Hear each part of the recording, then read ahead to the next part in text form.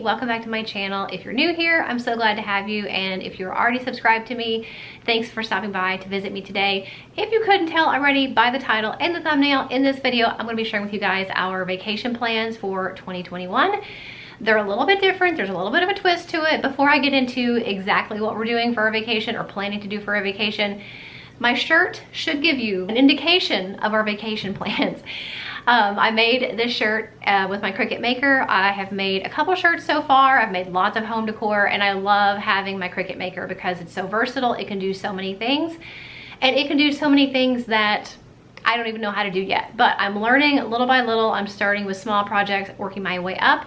Just wanted to share with you that I did make this shirt for our vacation, and I did make it to show you guys one of the things you can do, one of the many things you can do with a Cricut maker. So I will link the Cricut website in the description box for you guys. So let's get into our 2021 vacation plans. Okay, so like so many of you guys probably, we had plans to go on our annual vacation in early 2020. We always go to Disney every May. We usually take a small trip in the fall, and then our big trip is right after we get done with school for the year. We go to Disney. While everybody else is still in public school, because we homeschool, we're able to head out a little earlier while most kids are still in school and in college and take our annual trip to Disney. So obviously we did not go in 2020. We tried, we rescheduled our May trip, I think 2 or 3 times, like later in the year of 2020, thinking, oh, things will be better by September. It'd be better by October, it'd be better by Christmas, and just that time always just came and went, and they were not even open, or various things, various reasons why we didn't go at all, even once they opened up. But we are planning our trip this year to go in October. We have been before in October. Typically it's not the time that we like to go the best, but we're planning around my daughter's college schedule and my husband's work schedule and things like that. So we do have a trip planned in October, but it's not just to Disney World. I'm going to tell you the nitty-gritty of it here in a second, kind of break it down. This will be the first time that we go to Disney and do not go to every single park at least once. So the plan is we're going to go, like my husband works, he'll work the day that we leave technically, or that night. Like he'll work all day the day that we are planning to leave at night.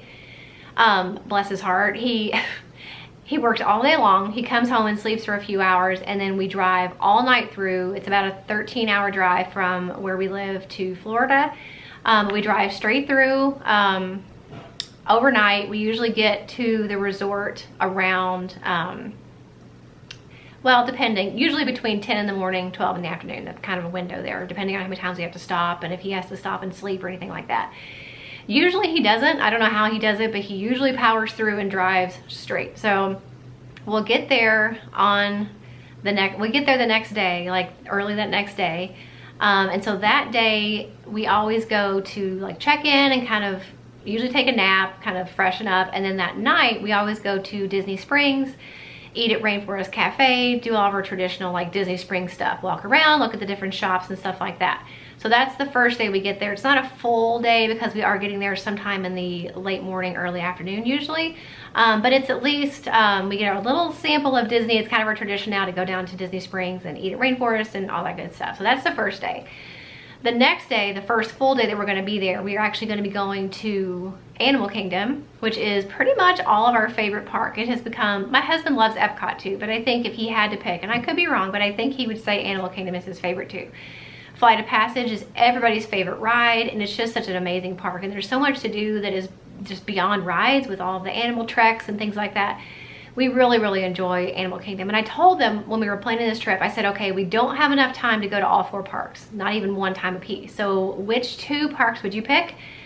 And everybody said Animal Kingdom and Hollywood Studios. So the first day is gonna be Animal Kingdom. The next day will be Hollywood Studios.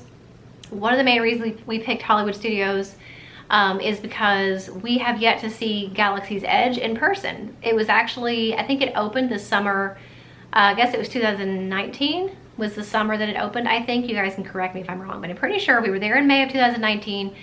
I'm pretty sure it opened later that summer or in the fall, and we missed it. And then obviously we didn't get to go last year because we didn't go.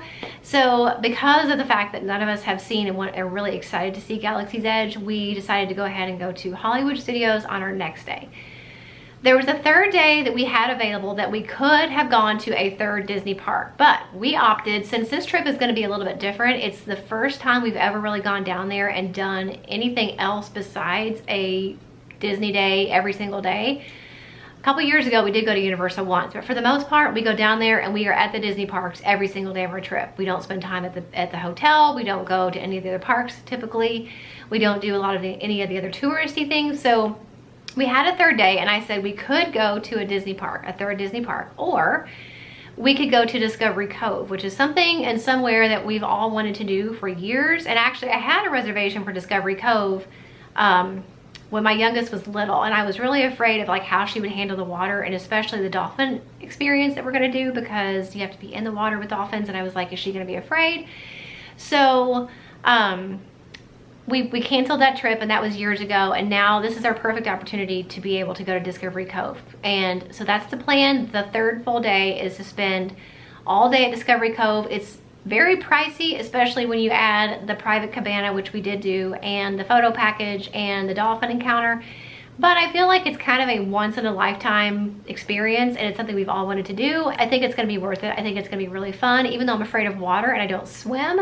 Most of the area that we're gonna be in is, you don't have to be able to swim. There is a certain area that you won't be able to touch the bottom, so that will be an issue for me and my youngest because she doesn't swim yet either. But you can have a life jacket if you want, you can have a pool floaty if you want, and kind of just, you know, kick your way through. So that's the plan for that. So I won't say that Discovery Cove doesn't intimidate me, because it does. It's completely out of my comfort zone. It's all day in the sun, it's in the water, and you know, stuff like that. But I think it's gonna be fun. It's something I really want to push myself to do, because I really want to do it. I love dolphins. They're one of my favorite animals, and I want to be able to get in the water with one and stroke it and kiss it and hug it and do all that good stuff. So that is the third full day. So before I get into the rest of the trip that is non-Disney, I'm gonna stop for a second and show you guys how I made this shirt with my Cricut Maker. It was really, really easy. And I know maybe making a shirt is like seems intimidating to you, but it's really, really not. It's really simple. You just follow very basic steps, and I'm gonna show you guys how I made this shirt. Even though we're not going to Magic Kingdom on this trip, I figured this would be also appropriate to wear at Animal Kingdom. And then I have a different shirt that I'll wear to Hollywood Studios. It's Hollywood Studios themed. Normally I would have made an Animal Kingdom shirt, but I figure if this is tropical enough, it'll fit in with Animal Kingdom. So I'm gonna show you how I made it. Okay guys, I'm gonna show you how I made my custom shirt in the Cricut Design Space. First, I found a picture of a toucan that was already loaded into Design Space to go with my tiki room theme, and then I just found some little flourishes that I wanted to use, and obviously I had an idea of what I wanted the text to say, so I just kind of started putting all of that stuff in the Cricut Design Space. Starting with the words at the top, I added a little curve for some interest, and then I started with the other text and then just played around with it. And that's the good thing about Design Space. It's not hard, it's just there's a lot of options. It does take a little bit of time sometimes if you want to kind of be really creative and really customize it. I could have obviously done all the same font and it would have gone a little more quickly, but I think that's part of the fun of making your own t-shirts and cards and all different things you can make with your Cricut Maker, is because you do get to customize it and make it the way that you want.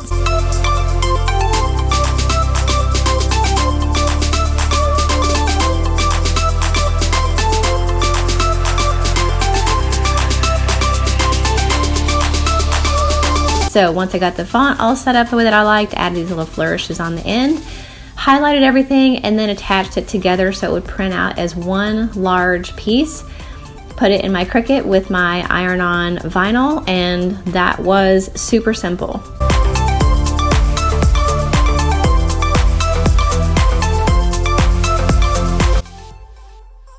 Next comes the weeding process, which is basically removing all of the vinyl, or in this case, the iron-on that you don't need, so that all you're left with is your image. I will say, normally with vinyl, this is one of my favorite parts, but with the iron-on, it's one of my least favorite parts because the material is so different.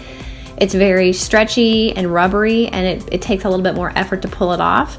It's not hard, it just takes a little bit more effort. So I peeled all that off, and then I made sure that my design was clean and there was nothing left of the vinyl that I did not want to be transferred to the shirt. That's one thing you want to make sure you do before you iron on your design, is that there's nothing on that clear paper that you don't intend to go onto your shirt or your bag or whatever you're making. Whatever's left on that clear when you're done weeding is what's going to be put on your material. So then I just use my Cricut heat press and the preset heat and time settings for 100% cotton. It makes it really easy because I just look at the type of material that I have, and there is a guide to tell me the temperature that I need to use and how long I need to hold the heat press on the design. So that makes it super simple and a lot less intimidating. Going over a little bit on the back like I was told, and then warm peel. Again, with the instructions in this type of material, it said to do a warm peel, meaning to peel off the background when your design is still warm versus giving it a few minutes to cool before peeling it off. So again, it just takes a little bit of patience. It's a little bit different than working with vinyl because you've got the stretchiness of the iron-on material and you do have the stretchiness of the material underneath. So like in this case, the t-shirt, it takes a little bit more effort to kind of get that off, but once you do, it should come off cleanly. And then you have your custom shirt that you can wear wherever you want.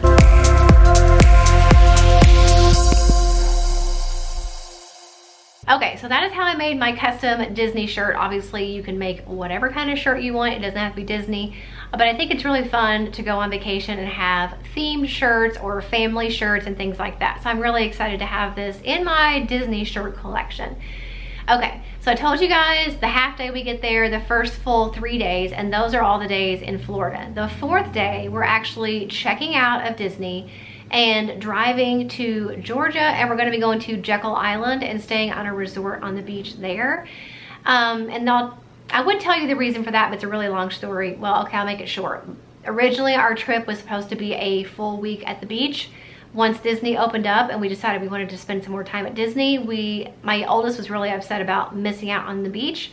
So I tried to make this a trip that had a little bit of something for everybody. Everybody loves Disney. Everybody wanted to do Discovery Cove. And for the people that wanted to do the beach, we're going to finish out our trip in Jekyll Island, which is a little bit out of the way to get home, but it still is not too bad. It's about 4 hours away from Orlando, from what I've heard. And we're going to be staying on the beach. So the resort is beachfront. We're going to have a beachfront room, which is something I really wanted because being that I don't plan on being on the beach all day long because I don't want to I would burn into a crisp.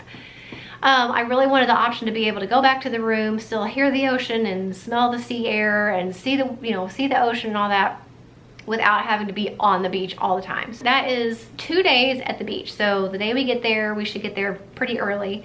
And then we'll have all that day and night at the beach, all the next day and night at the beach, and then coming home that next day, like checking out and driving home. Now, there's actually something really fun I have planned when we're at the beach that the girls don't know about. It's kind of a secret, and I'm trying to be quiet because they're out over there cleaning their bathroom. But I wanted to make it like, I don't want to spend all day at the beach, and we're not going to spend all day at the beach. It's our skin. We are not people that can do that all day long. So I wanted to break it up and have some fun activities, and where we're staying is a really beautiful property and there's lots of stuff to explore there and things to do there. But then also I've actually booked a horseback riding on the beach session. I think I picked the sunset one. I don't remember, but I think I did because I thought we go horseback riding here a couple times a year, and being in Kentucky, that's kind of a common thing that people do. And the girls love it. And so I figured that would be a really fun twist to be able to do that, but do it on the beach. I mean, that seems really, really neat to me. And the fact that it's a sunset beach ride is even neater because maybe I won't have to worry quite as much about the sun bearing down on everybody, and it's going to be so beautiful with the sun setting into the ocean. So that's a fun little addition to the beach part of the trip that the girls don't know about. So that is the second half of our trip, what we're planning on doing. So it's a little bit shorter than our typical Disney trip. Still, I think it's definitely, jammed packed with activities and stuff. Lots of time for activities, lots of time for downtime. So that I'm really excited about. I feel like it's the perfect mix of activities, indoors, outdoors, things that are different, and just kind of an overall experience that I think everybody's gonna love. One thing I forgot to mention about our Disney part of the trip that's different is we're actually not staying at a Disney resort. This will be the first time in, I don't know how many years, 30 years for me, that I haven't stayed at a Disney resort. We were actually staying on Disney property, but we're staying at a Disney Good Neighbor resort. That mainly was a choice that we made based on availability and based on the fact that Riverside, like Port Orleans Riverside, is our home resort. It's where we go every single year. It's where I've stayed every year since I was a kid. but they are not going to be open in the time that we're going to be there. And so obviously I couldn't pick that one. And then I felt like a lot of the other ones that were available were not worth the money, because either I know I don't like them or I just don't really want to try them for that cost. So that's why this trip we decided to stay at a different resort. So the good thing about it being on Disney property, we're still going to be in that Disney bubble. We're still going to have that same kind of feel of being in that little bubble. It's a little bit of a lower price, and we still get some of the perks like the early morning hours that normal Disney resort guests get. We are actually able to get to. If fast passes were available, we would have also gotten the option of fast passes by staying at a Good Neighbor resort, but they're not, at least right now. So that's a benefit that is kind of wasted. One really neat thing about our room is I requested a high up room, and I also requested a Disney view room. So from our room at the Hilton, we should be able to see I don't know which park we'll be able to see, and it'll be off in the distance, but we'll be able to see some of the parks, one of the parks, maybe even the fireworks. That's kind of a fun little perk. The pool there, they have like a lazy river that my youngest was really excited about. She specifically really wanted that resort. We were watching a video about all of the different Disney Good Neighbor resorts on property, and when we saw that one, she was like, yes, that one. So that's why I picked it. I think it's going to be a great option, and even though I'm not wild about the fact that it's not a Disney resort, I've gotten kind of spoiled that way, I think it's the next best thing. And then when we go in May, hopefully if we go in May 2022, I've already got a reservation booked for Riverside. So that is our trip in a nutshell. Definitely a lot of coming and going, a lot of different things were splashing in this time. So it's kind of fun, even though it's not a traditional Disney trip. It's still, I think, a good little bit of everything, a little bit of something that everybody likes, a little bit of variety with, you know, days when you're on your feet all the time at the theme park, days when you are at an all-inclusive resort swimming with dolphins, going to the beach, sitting on the balcony at the beachfront resort in Jekyll Island. Like, I feel like it's just going to be a really fun, well-rounded vacation. I'm very, very, very, very, very excited. I do have a backup trip planned. If everything falls apart in Florida and we can't go to Florida for various reasons, I do have a backup trip planned for Myrtle Beach. Same dates, same concept, except it would be an entire beach trip. I mean, I know there's lots of stuff to do at Myrtle Beach. We're not into the terribly like touristy scene. Like, we're not party people. We don't drink. We're not into being on the beach all day. But I have some fun activities planned kind of as a backup. If we don't get to go to Florida, we can at least go somewhere. I'm determined to go somewhere this year and get away. So that is the plan. Very long-winded plans, but I just really wanted to share with you, kind of break it down day by day what our plans are. I hope you guys enjoyed hearing what our plans are. Give me a thumbs up if you like vacation videos. I usually do a Disney series on my channel every single spring. Obviously, I haven't done it the last 2 springs because we haven't been going to Disney, but as time gets closer, I will be doing probably some videos when we get back, if we actually get to go. So if you like vacation videos, make sure you give this one a thumbs up. Don't forget to subscribe if you're not already, and don't forget to check the link in the description box for Cricut. I think you guys would really love having one, whether you have a maker or one of the other products that they have, maybe a little bit smaller, a little bit less expensive. There are some great options where you can make so many things, and with Christmas coming up, it's the perfect time to make gifts for everybody. If you have a vacation coming up, it's the perfect time to make custom shirts for everybody that all match, or whatever you want them to say. But I think it's really fun. It's a great option. It's been something that's really fun for me to have learned, even the little bit that I know, but it's been a fun learning process. So I will link Cricut for you guys in the description box, and I'll see you in the next one. Bye.